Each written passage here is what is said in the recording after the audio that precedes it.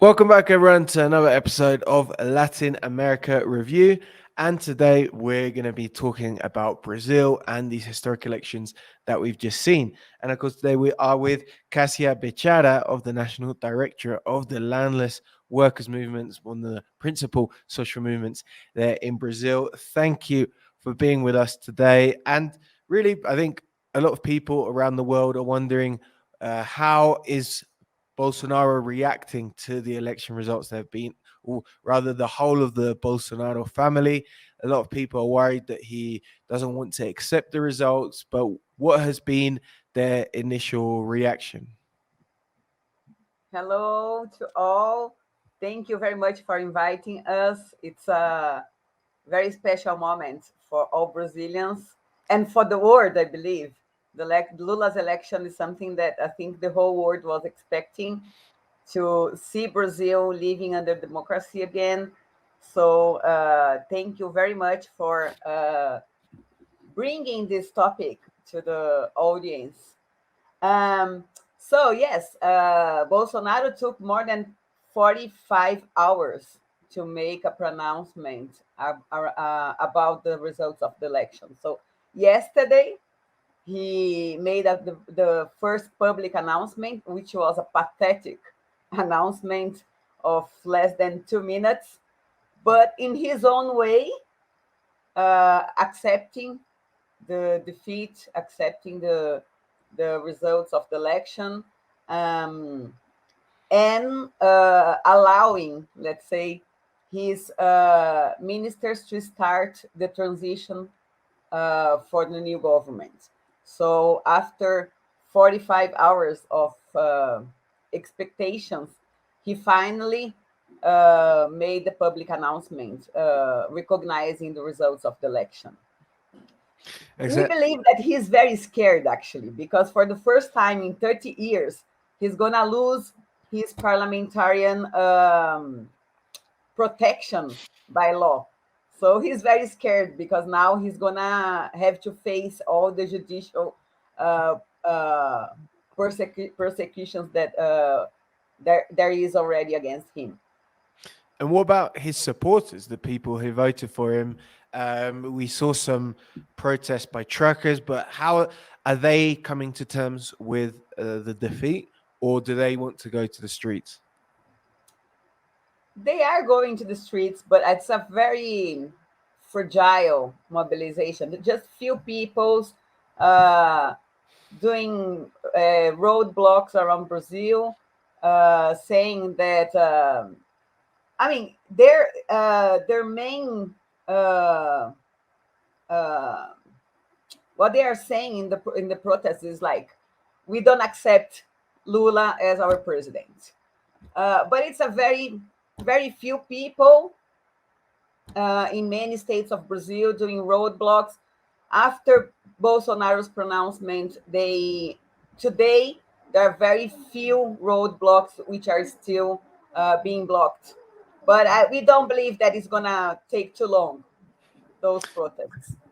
Okay. And when we look at Lula's victory and his vote, what what does this election tell us about where Lula's support is, where in the country he is strongest, where he is weakest, and what sort of people voted for Lula? What was the class composition as well of Lula's support?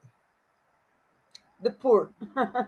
Yeah, definitely. Northeast of Brazil, which is one of the poorest areas of the country, is Lula.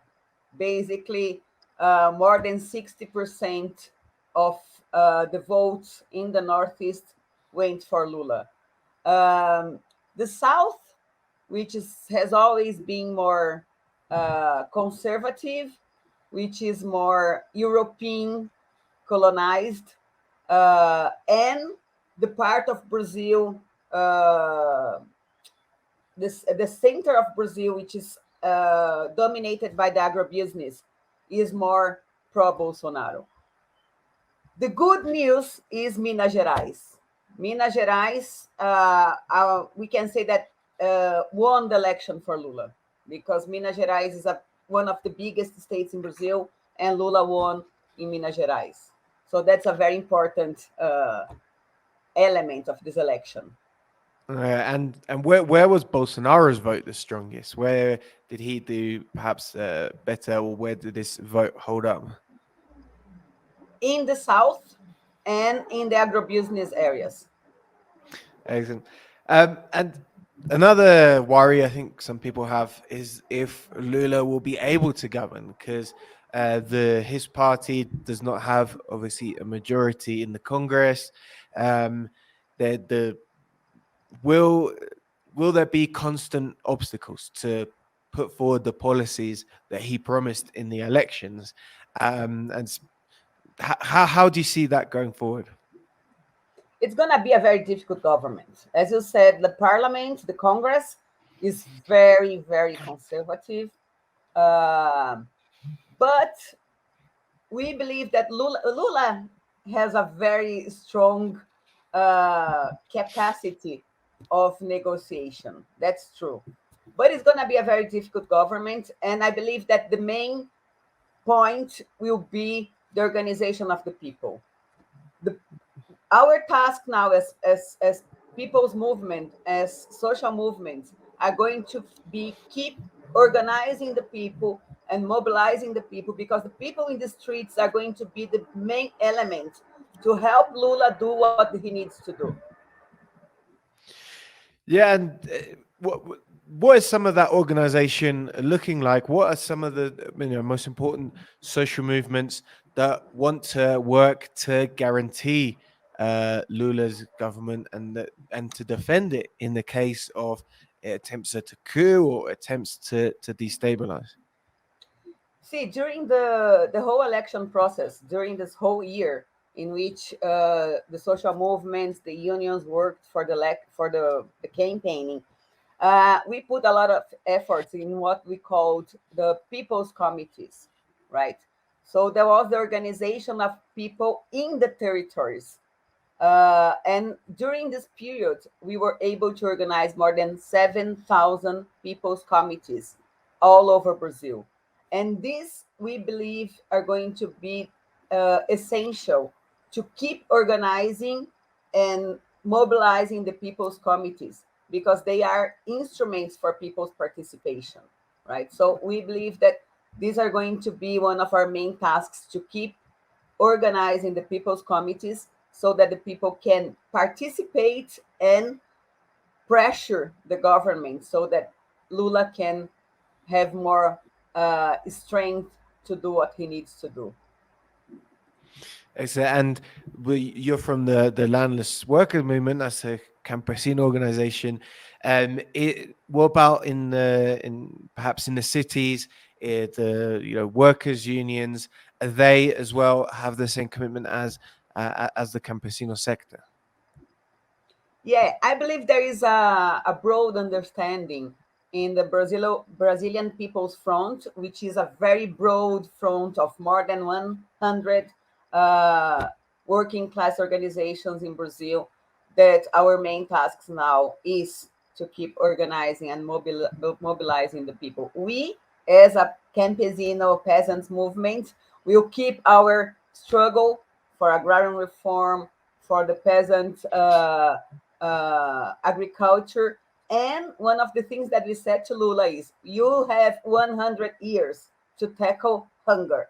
This is one of the main points that Lula needs to, as soon as he gets in the government, 1st of January, is starting measures to tackle hunger. Today, we have more than 33 million people in Brazil who are facing hunger. So this is one of the things that we have been discussing with him. We already, together with other peasants and campesinos movements in Brazil, we have drafted an emergency plan to tackle hunger, and this is one of the things that we've been talking to President Lula. And I understand the landless workers movement also has some representation, some elected representatives. And what does the Congress look like as a whole? And what is the role of social movements there as well? Yeah, for the first time, we decided to have our own candidates. Um, we believe that it was a very important political decision for the landless movement, and we elected 7 out of 15 candidates, which is like almost 50% of our candidates were elected. And it's more than many of the parties if you look at the percentage.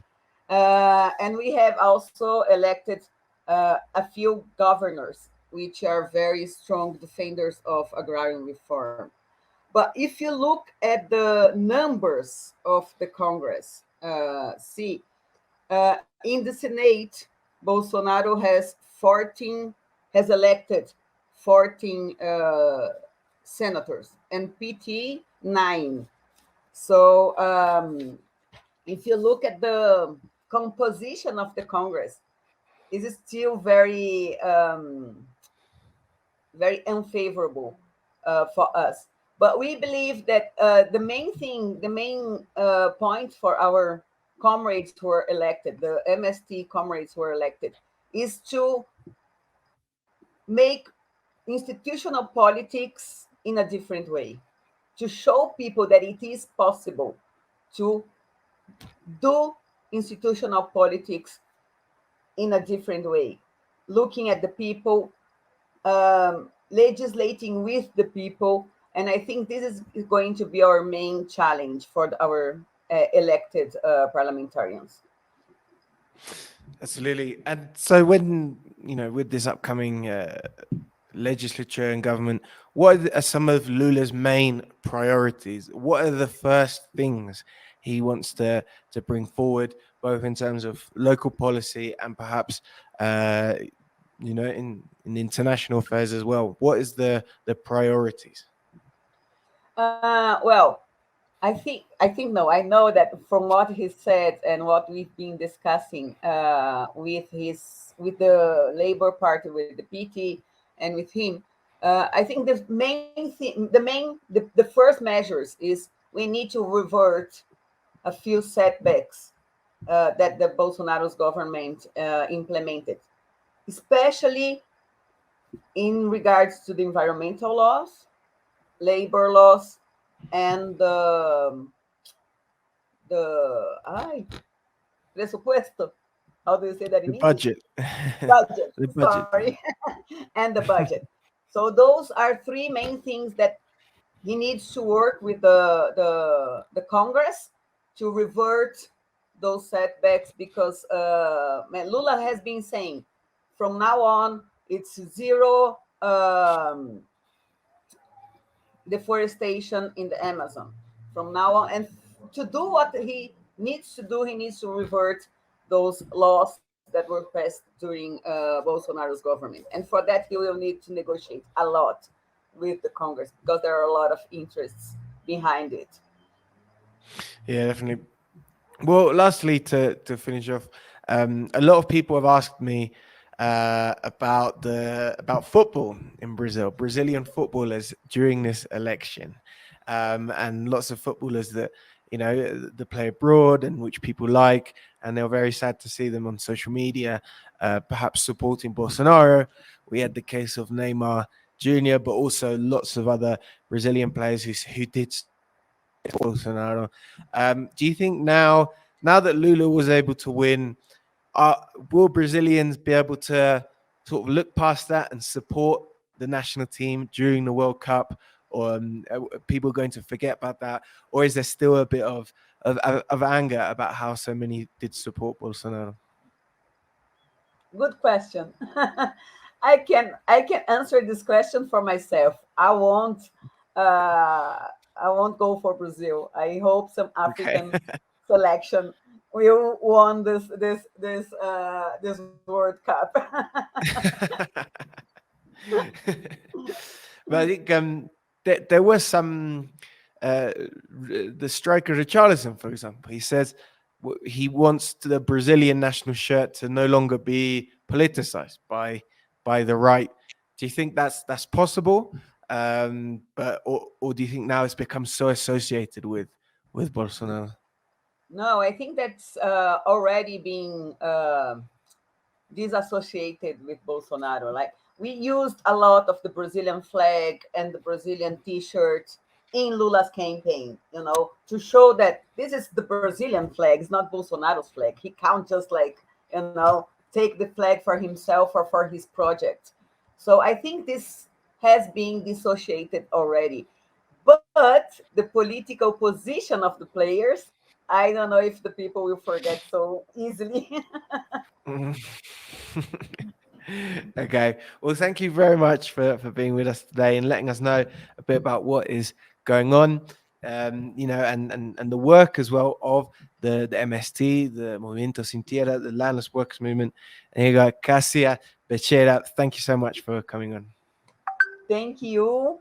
And let's keep the struggle. There is a lot still to fight to get that Lula can really make a good government.